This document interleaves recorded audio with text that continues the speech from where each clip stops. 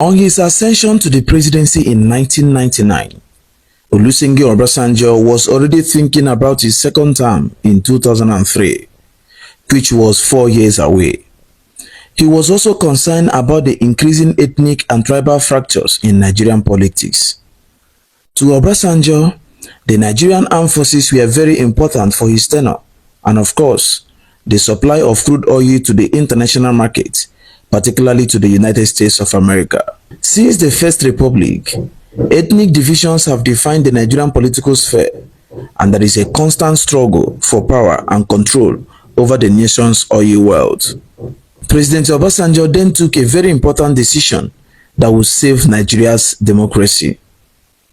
On Friday, June 11, 1999, Nigeria's newly elected head of state, President Olusegun Obasanjo, ordered the compulsory retirement of 93 senior military officers in the nation's armed forces. Obasanjo took this action less than 2 weeks after being sworn in as president on May 29, 1999. Notable military officers who were sacked by Obasanjo were Olagunsoye Oyilola and Buba Mawa, among others.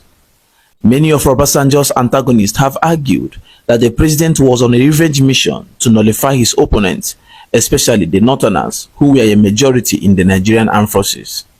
On the other side, the president was said to have taken the action in order to preempt his opponent, as the loyalty of the military to the president was vital to the nascent government of Obasanjo. Among the 250 ethnic groups in Nigeria, only 3 groups, the Hausa Fulani in the north, the Igbo people in the southeast, and the Yoruba in the southwest, take a chunk of the nation's population, a whopping 65%. That aside, Nigeria has had a history of its own military coup d'etats since its first in January 1966, and Obasanjo would have wanted to stem that by flushing out bad eggs in the nation's armed forces. However, the real reason President Obasanjo sacked these officers was not known until 18 years later in 2017, while celebrating his 80th birthday in Abuja. Obasanjo remarked that the military he met then as president would have created more problems for the country, and the democracy that ushered in the Fourth Republic would not have lasted to produce more presidents after him.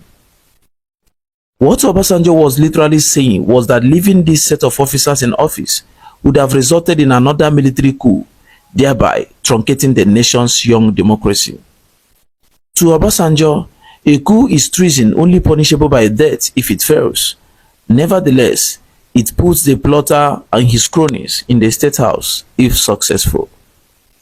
The former president, who himself was a beneficiary of a coup, asserted that the practice was destructive and destabilizing, even wasteful for the military itself in terms of finance and resources. A military coup, according to Obasanjo, would undermine the institution in terms of discipline, good order, and military conduct. So, when Obasanjo assumed office as president, he asked the military to submit the list of every officer who had either participated in a coup or benefited from it through appointment to political offices as ministers or governors.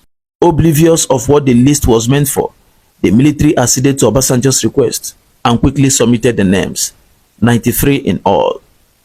Immediately, all the officers were given a 6-hour notice of retirement on a Friday, with a presidential order not to spend the night in uniform or in barracks, or else they would face the consequences.